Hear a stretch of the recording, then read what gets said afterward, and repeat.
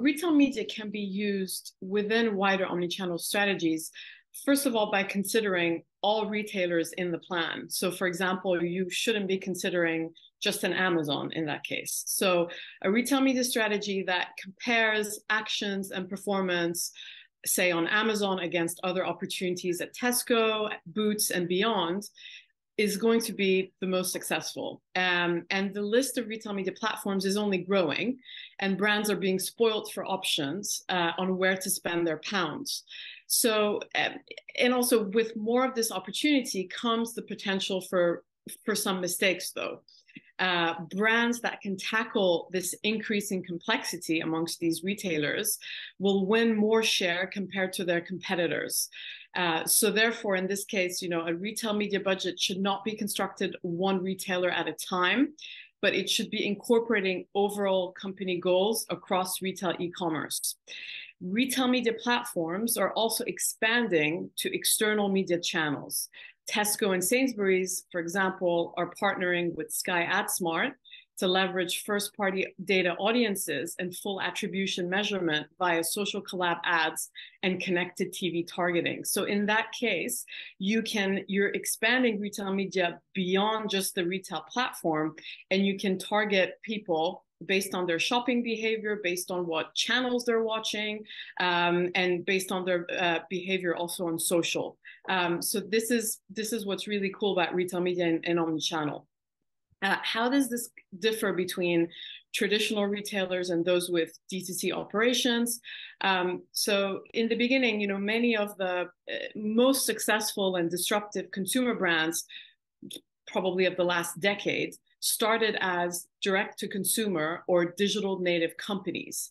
And being digital native came with some advantages in the retail era, which allowed these brands to better tap into consumer demand through insights that they would get from digital channels and to engage in more precisely targeted marketing via online paid ads. This direct line to the consumer gave them an immediate advantage in categories that were crowded with traditional retail-only competitors, and that has been driving their growth. But quickly, these DTC brands started to realize that selling through direct or e-commerce channels alone was trumping their growth. Because as they grew, they found that the cost of acquiring new customers online through paid advertising was just too high. So this is why delving into retail media becomes interesting, because it becomes more financially attractive and also gives brands more scale and opens them up to an enlarged audience, and an audience that would not necessarily come and buy straight from them because they wouldn't have discovered them otherwise, for example. And then for years, traditional retailers have taken a bit of a beating at the hands of e-commerce pure plays as online shopping grew, providing more efficiencies that helped keep prices low. But with the growth in mobile, the scales, have been evening out and tipping back in favor of retailers, because shopper interest is growing and shoppers want to be able to shop anywhere, anytime from a device of choice. So in that sense, omni-channel shopping experiences help retailers win over e-commerce pure plays. And we're already seeing this probably starting in the US. If we look at Nordstrom, Walmart, and many others, they're growing their e-com businesses faster than Amazon.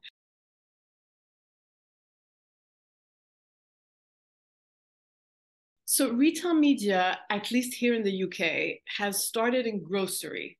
We see it a bit in consumer electronics, but it has mainly started in grocery. And the campaigns are very much centered around seasonal and one-off promotions, highlighting a specific product or a range of products. Retail media hasn't really penetrated the luxury market. However, if you consider premium cosmetics, we can see that Boots launched Boots Media Group recently to offer suppliers and partners advertising solutions based on the rich first-party data that they get from their customers, including that 14 million active members of its Advantage Card program. We also see Look Fantastic and Parfum Dreams being part of the Criteo network, and they sell a lot of, luxury / premium fragrances and other types of cosmetics. The campaigns, though, are very much still promotion focused. The visuals won't be as luxury as they should probably be. So I think that there's way to go before luxury brands really jump on the bandwagon, on that retail media bandwagon. Visuals need to be enhanced, and the push should be a bit less promotional, so as not to dilute the brand equity of luxury brands. So these are the nuances that need to happen, because they're not there yet, according to what we're seeing.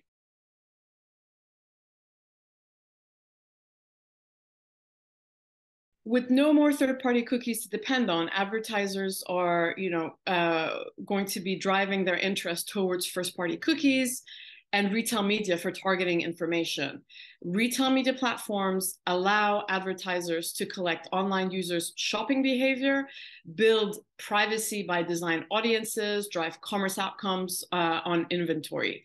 Retail media advertising formats are triggered by user searches and optimized to drive sales. And the wide variety of formats that retail media networks provide allows marketers to advertise within a retailer's environment and impact users in the best moment of their shopping behaviors. And, we can consider formats such as search ads activated by shoppers' searches, sponsored products, display banners, recommended ads at checkout, and so on.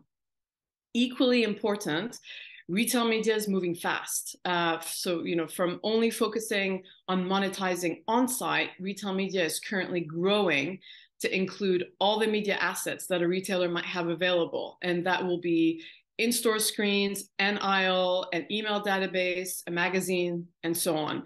So putting all together all the retail media assets means building a marketing program. And this is an opportunity that marketers shouldn't miss in this post third-party cookie era. Retail media, also helps tie sales data to marketing campaigns through that closed loop measurement. Retailers are going to be challenged to provide more transparent, granular reporting and insights that showcase the brand effect of media and incremental sales performance. So increasingly, they'll be made accountable, these retailers. And marketers looking to drive in the upcoming market landscape have to consolidate retail data analytics into all of their choice-making processes. So they should also be aware that getting the appropriate systems and mastering to collect data from these retailers can take a while. It will be challenging. But all marketers utilizing this consumer data and at their full potential will be able to extract meaningful retail media insights in a post third-party cookie era.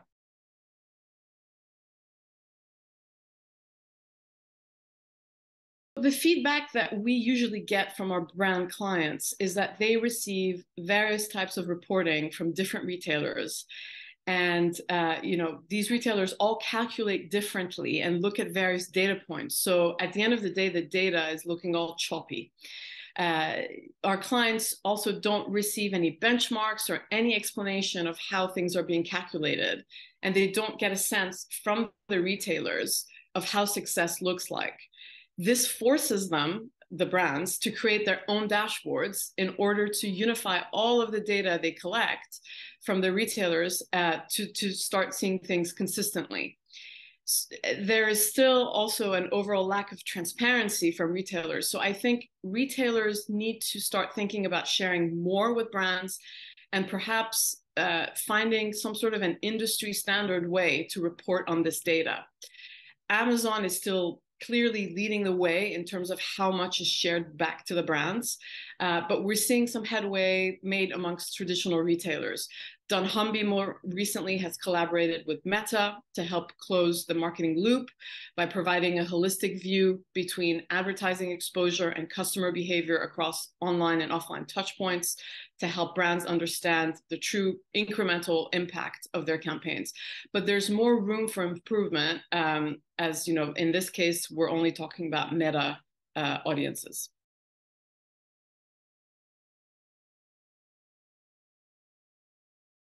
Retail media is transforming massively. We've seen that in the US, and that's swapping over here in the UK. And essentially, you've got a lot of retailers sitting on loads of client data. To monetize this, they're pushing that into retail media activation. And this allows us as agencies to target people based on their shopping behavior and not their age. The opportunity for us agencies is to get smarter in how we buy our media. Infosum, for example, is a major player in the space, and they work directly with retailers to help monetize the data, not only for activation purposes, but also to generate insights from that. Where we have played at Publicis is that we, for example, in one case, we've onboarded first-party data for a consumer electronics client and activated it in broadcast so we can see who has bought the latest smartphones, as we have closed loop measurements. We're making use of these opportunities for our clients in order to become more relevant. So in this sense, agencies are in a great position to support clients with strategic advice, analytics, activation expertise, and integrated day-to-day management of retail media initiatives alongside brand media to drive that maximum effectiveness.